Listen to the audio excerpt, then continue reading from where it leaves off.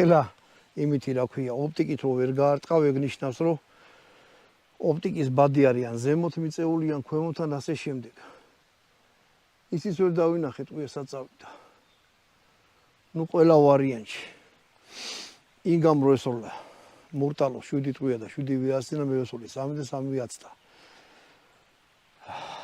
სრული პასუხისგებლობით ვაცხადებ, რომ ეგ არ არის ჩემი ბრალი და ეგ არ არის იარაღის ბრალი. ეგ არის არეული ოპტიკის ბრალი.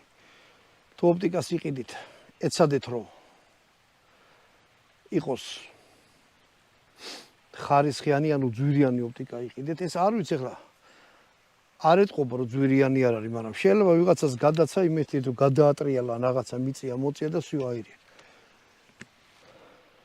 რო იხედებით არა და კარგად აჩვენებს.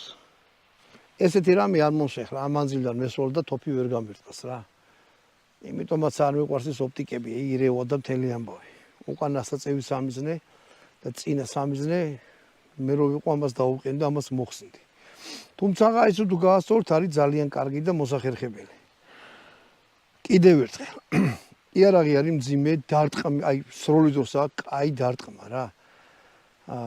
ამისი კარაბინი თუ გისვიოთ ამ კალიბრის 308 აი იმაზე მაგარი დარტყმა აქვს რა, მთელ მხარს იმაშრება. თუ ახლა სრული დროს კამერაში როგორ გამოჩნდა არ ვიცი, მაგრამ დარტყმას